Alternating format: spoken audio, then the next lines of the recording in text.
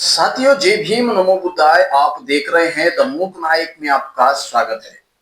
दोस्तों, आज का विषय बहुत ही महत्वपूर्ण होने वाला है, तो आखिरी तक वीडियो में बने रहना, स्किप ना करना दोस्तों, क्योंकि महाबोधि महाविहार की मुश्किलें क्यों बढ़ते जा रही है, महाबोधि महाविहार को कौन सी ताकत रोक रही है मुक्त ना होने पर, महाबोधि विहार के मुक्त होने पर क्या क्या षड्यंत्र रचे गए और कौन से भिक्षुओं को इस आंदोलन तोड़ने के लिए अंदर लगाया गया, यह हम सब मुद्दों पर बात करने वाले हैं।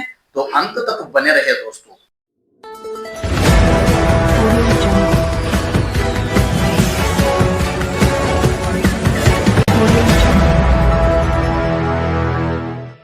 तो आइए हम शुरुआत करते हैं। तो दोस्तों, जिस प्रकार से महाबोधि विहार एक लंबे समय से लड़ाई जारी है, और आप तो देख रहे हैं, आप पूरे एक साल हो चुके हैं लगातार कहीं ना कहीं रैलियां हो रही हैं, मशाल यात्रा हो रही है।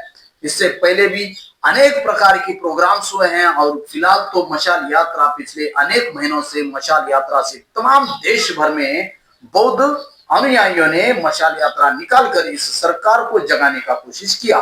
फिर भी सरकार क्यों अनदेखा कर रही है, इसके पीछे बहुत बड़ी राजनीति और इसके पीछे बहुत बड़ा राज छुपा हुआ है। क्योंकि और इस देश में बुद्धिज्म की विचारधारा बहुत बड़े मायने रखती है, क्योंकि इस देश को जातिवादी और जातियों से मुक्त कराने के लिए सिर्फ और सिर्फ बुद्धिज्म की विचारधारा ही काम कर सकती है। इसके अलावा कोई भी विचारधारा काम नहीं कर सकती। अन्य सभी विचारधाराओं में धर्म को ऊपर किया गया है, ईश्वर को ऊपर किया गया है, और यहाँ पर ईश्वर इंसान को तुच्छ माना गया है। बात तो सही है। इंसान का कोई अस्तित्व नहीं है, और इंसान का यहाँ पर कोई काम ही नहीं है, वो कुछ कर ही नहीं सकता ईश्वर के बगैर, उसकी कोई औकात ही नहीं है। इस प्रकार से इस देश में इस इंसान को कठपुतली ईश्वर की बना के रखा गया दोस्तों।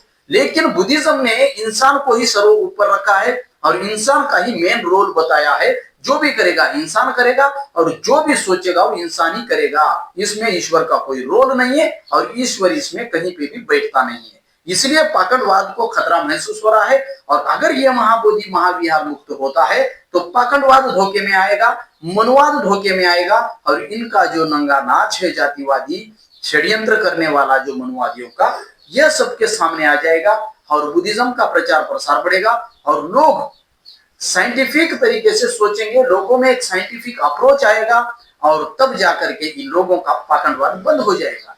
इसलिए इसकी बहुत बड़ी ताकत इसके पीछे काम कर रही है, इस महाबोधि महाविहार को मुक्त ना होने देने के लिए।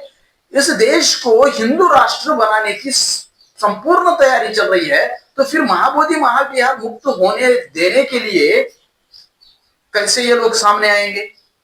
यहाँ की सरकार भी हिंदू राष्ट्र बनाने के लिए उतावली हो गई है, तो फिर यहाँ पर हिंदू राष्ट्र बनने के लिए सबसे बड़ा रोड़ा, सबसे बड़ा अगर कोई है तो इस देश में संविधान है, और हिंदू राष्ट्र न बनने देने के लिए इस देश में बुद्धिज्म भी खड़ा है। तो साथियों, यह एक बहुत बड़ा विषय यह है कि अब महाबोधि महाविहार मुक्त होने के लिए, महाबोधि महाविहार को मुक्त ना होने देने के लिए किस प्रकार से षड्यंत्र किया गया, हम आपको बहुत सरल पद्धति से समझाने का कोशिश करेंगे। महाबोधि महाविहार पिछले फरवरी 12 तारीख से शुरुआत हुआ, और इस आंदोलन को जैसे जो आंदोलन पिकअप पकड़ा, पूरे देश भर में इसकी चर्चाएं होने लगी। पूरे देश भर के लोग जाग चुके, वहां पर लोग जाने लगे, वहां पर लोग अपना जो भी है योगदान देने लगे। फिर यहाँ पर एंट्री होती है कुछ भिक्षुओं की, और उन भिक्षुओं ने क्या किया, इस आंदोलन को पूरी तरीके से हाईजैक किया और आंदोलन का चेहरा बनने का कोशिश किया। फिर भी आंदोलन नहीं टूटा। आंदोलन को बहुत बड़े पैमाने में आंदोलन को तोड़ने की कोशिश की, और आंदोलन को जो भी जगह दी गई थी उस जगह को भी हड़प लिया, और फिर बाद में उस आंदोलन के लिए जगह नहीं दी, ये सबको पता है। लेकिन आंदोलन की ताकत कहां से बनी हुई थी? सबसे ज्यादा पैसा जो है महाराष्ट्र से जा रहा था, और सबसे ज्यादा ताकत अगर लोग जा रहे थे तो महाराष्ट्र से वहां पर आंदोलन में जा रहे थे, ये भी सबको पता है। तो साथियों, इस महाराष्ट्र को ही आंदोलन से कैसे दूर किया जाए, महाराष्ट्र के लोगों के भीतर कैसे दरार डाली जाए, इसके लिए एक भिक्षु को यानी एक श्रामणेर को भेजा गया। और उस श्रामणेर ने किस प्रकार से इस आंदोलन का प्रचार किया और इस आंदोलन को कैसे तोड़ने का प्रयास किया और इस आंदोलन को कैसे हाईजैक करने का प्रयास किया, तमाम सिर्फ महाराष्ट्र में घूमकर। क्या कर्नाटका घूमने की जगह नहीं है? क्या तमिलनाडु घूमने की जगह नहीं है? क्या केरल घूमने की जगह नहीं है? क्या आंध्र प्रदेश में वो श्रामणेर नहीं घूम सकता? क्या फिर इधर राजस्थान में नहीं घूम सकता? महाबोधि विहार के मुक्ति के लिए धम्मध्वज यात्रा नहीं घूम सकती थी? क्या फिर मध्य प्रदेश में नहीं घूम सकती थी? यूपी में नहीं घूम सकती थी? क्योंकि ये तमाम राज्यों से लोग आ रहे थे, गिने चुने थोड़े बहुत लोग आ रहे थे उस आंदोलन में, लेकिन सबसे बड़ी ताकत जो है महाराष्ट्र से प्राप्त हो रही थी और धन भी महाराष्ट्र से ही ज्यादा आ रहा था। इसलिए महाराष्ट्र के लोगों के बीच में दरार डाली गई और बहुत से लोग उस आंदोलन से दूर होने लगे और उस श्रामणेर के पीछे झंडा लेकर के जाने लगे। इसलिए आंदोलन कहीं ना कहीं धोखे में आ गया और आंदोलन कहीं ना कहीं कमजोर गिर गया।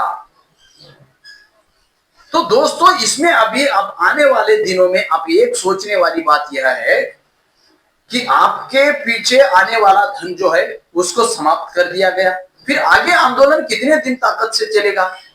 बिना पैसे के कोई आंदोलन अभी के दौर में तो नहीं चल सकता। इसलिए आपकी फाइनेंशियल ताकत को खत्म किया गया और आपको जिस प्रकार से फिजिकल मैन पावर मिल रहा था उसको भी तोड़ने का प्रयास किया गया।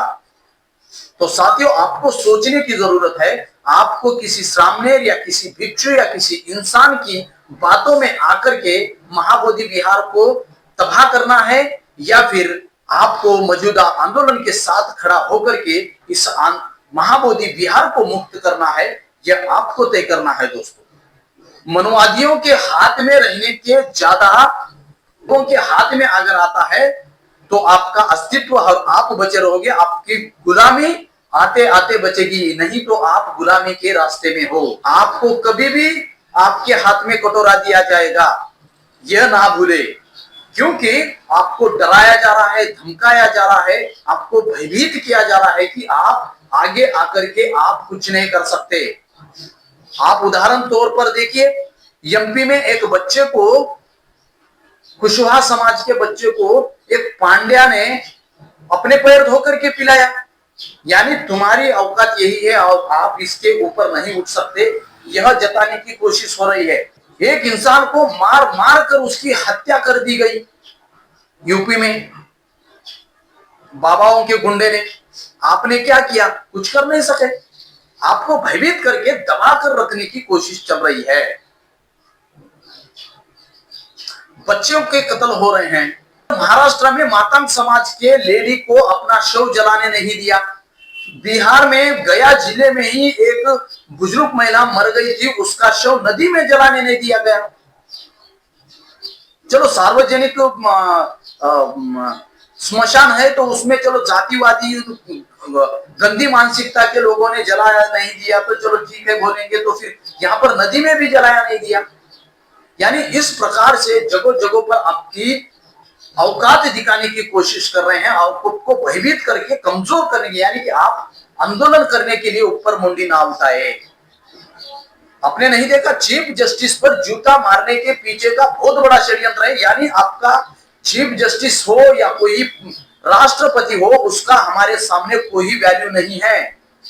उसकी औकात क्या है हम बताएंगे। इसीलिए चीफ जस्टिस पर जूता फेंका और आपका लोकतंत्र को भी हम नहीं मानते। आपके लोकतंत्र को हम मानते ही नहीं, आज तक नहीं मानते आए तो आगे क्या मानेंगे। इसलिए उस लोकतंत्र को जूता फेंका गया और उस इंसान को किसी ने सजा दी नहीं दी गई। आप जूता फेंको, हम जूता फेंकेंगे, आपको कुछ नहीं कहना है। अगर कुछ कहोगे तो उसका परिणाम भी हम दूसरा करेंगे। यह है आपको तबाह कर रखने की कोशिश और आपको इस देश में तबाह करने की, आपको इस देश में नष्ट करने की प्रयास यही है। और एक एक अभी मनुवादी ऊपर मुंडी कर करके बात कर रहा है। बाबा साहब को समाप्त करने का, बाबा साहब के विचारों को समाप्त करने का चैलेंज आपके सामने दिया जा रहा है, और आप आपके घर में मजे में हो। तो आपको बाहर निकलना है। आपका जीवन, नौकरी मिल गई, चलो बीवी बच्चे हो गए, मस्त एक कार आ गई, बंगला आ गया तो मेरी ऐसी जिंदगी, ऐसा नहीं है। आपका जीवन ही संघर्ष का है। आपको जीवन जीते समय हर पल संघर्ष करते हुए जिंदगी जीना पड़ेगा। यही आपकी जिंदगी, आपका जीवन ही संघर्षमय है। अगर ये संघर्ष को भूल जाएंगे, आप बाबा साहब को भूल जाएंगे, तो तय है कि आपको गुलामी आना तय है। अभी तो फिलहाल गुलामी की शुरुआत हो चुकी है। फिर से मल मूत्र पिलाना ये गुलामी नहीं तो क्या है। आज आधुनिक युग में इस प्रकार से अगर दलित पिछड़ों के साथ होता है, तो इसका संकेत क्या समझ लेना चाहिए कि हम कुछ भी कर सकते, आप इसके सामने कुछ नहीं कर सकते और हमारे सामने कुछ नहीं हो, यह जताने की कोशिश चल रही है। और यहाँ के तमाम, जिसे शूद्र कहा जा रहा है, उनको किस प्रकार से प्रताड़ित किया जा रहा है। इसमें सिर्फ ऐसी ही नहीं है, बीसी जो कि इस मनुवाद की सबसे बड़ी ताकत, बीसी लोगों के साथ यह हो रहा है। और बीसी का तबका मनुवाद का गुलाम रहा है पहले से ही, अभी भी है। और उनको भी इस प्रकार से उनकी औकात बताई जा रही है। और उनके कुशवाहा समाज, यादव समाज, यादव तो बीसी में आते हैं, और यादव तो खुद को कृष्ण के वंशज बता रहे हैं। और फिर कृष्ण के वंशज को कैसे मलमूत्र पिलाया जा रहा है? कृष्ण के वंशज के ऊपर कैसे एक स्त्री, ब्राह्मण स्त्री का मलमूत्र छिड़का जा रहा है, उसके ऊपर उसको नहलाया जा रहा है, मूत्र पिलाया जा रहा है। फिर यहाँ का बीसी वर्ग जब तक आंख नहीं खोलेगा, तब तक तो पूरी देर हो चुकी होगी। और ऐसे ही फिर मलमूत्र पिलाया जाएगा, हाथ में कटोरा देके भीख मंगवाया जाएगा। एक बूढ़े बुजुर्ग को मलमूत्र को अपने चाटने लगाया, ये कितनी बेशर्मी की बात है। इस बात पर किसने विचार करना है? और इस बात की सबसे जिम्मेदारी इस देश का अम्बेडकराइट बुद्धिस्ट जो है उस पर ही आकर पड़ी है, क्योंकि वो जागरूक है, क्योंकि वो आज सवाल उठाता है। मनुवाद के खिलाफ खड़ा हुआ है वो अकेला समाज है, जो कि वह डटकर खड़ा है, संविधान की लड़ाई लड़ता है, इस लोकतंत्र को बात करने बचाने की हमेशा बात करता है। जो किसी पर भी अन्याय अत्याचार हो, सड़कों पर उतरने की दम रखता है वो। इसलिए इस देश के अम्बेडकरवाद को खत्म करने का चैलेंज दे रहे हैं। और इस चैलेंज को आपके सामने रखते समय आप क्या भूमिका रख रहे हो, आपकी क्या तैयारी है, यह सोचना जरूरी है। मनोहर खट्टर जैसा आदमी जो मिनिस्टर रहा, मुख्यमंत्री रहा, वह खुद कह रहा है कि बाबा साहब ने संविधान नहीं लिखा है। यानी आधिकारिक तौर पर बीजेपी घोषणा कर रही है कि बाबा साहब का संविधान नहीं लिखा है, क्योंकि हम बदलेंगे इसको। ये पूरी की पूरी बीजेपी की साजिश है। जो भी अनिल मिश्रा जैसा घटिया आदमी अगर सामने आकर के इतना चैलेंज दे रहा है, तो उसके पीछे ताकत बीजेपी की है, यहाँ के सरकार की है। और यहाँ की सरकार ही संविधान को बदलना चाहती है, यहाँ की सरकार ही आपको गुलाम बनाना चाहती है, यहाँ की सरकार ही यहाँ के मनुवाद की, ब्राह्मणों की गुलाम है। इसलिए ये लोगों की इतनी हिम्मत हो रही है कि बाबा साहब पर सवाल उठाए, बाबा साहब को भला बुला करे, बाबा साहब को गाली देने की हिम्मत, वो भी ऑन रिकॉर्ड मीडिया के सामने। बाबा साहब को गाली देने वालों को देशद्रोही के केस में अंदर ढकल कर उसको सजा मिलनी चाहिए, लेकिन उसका तो स्वागत किया जा रहा है। अनिल मिश्रा जैसे देशद्रोही को स्वागत कर रहे हैं उनके टट्टू मनुवादी विचारधारा के पिल्ले, जो जिस प्रकार से उसको बढ़ावा दे रहे हैं, उसको बीजेपी बढ़ा दे रही है, बीजेपी उसके पीछे खड़ी है। इसीलिए ही वो इस प्रकार से नौटंकी कर रहा है और इस देश का माहौल बिगाड़ने की कोशिश कर रहा है। और आपके संविधान को मिटाने की, आपके रिजर्वेशन को मिटाने की, और इस देश में जिस प्रकार से मनुवाद की स्थापना करने की चैलेंज दे रहे हैं।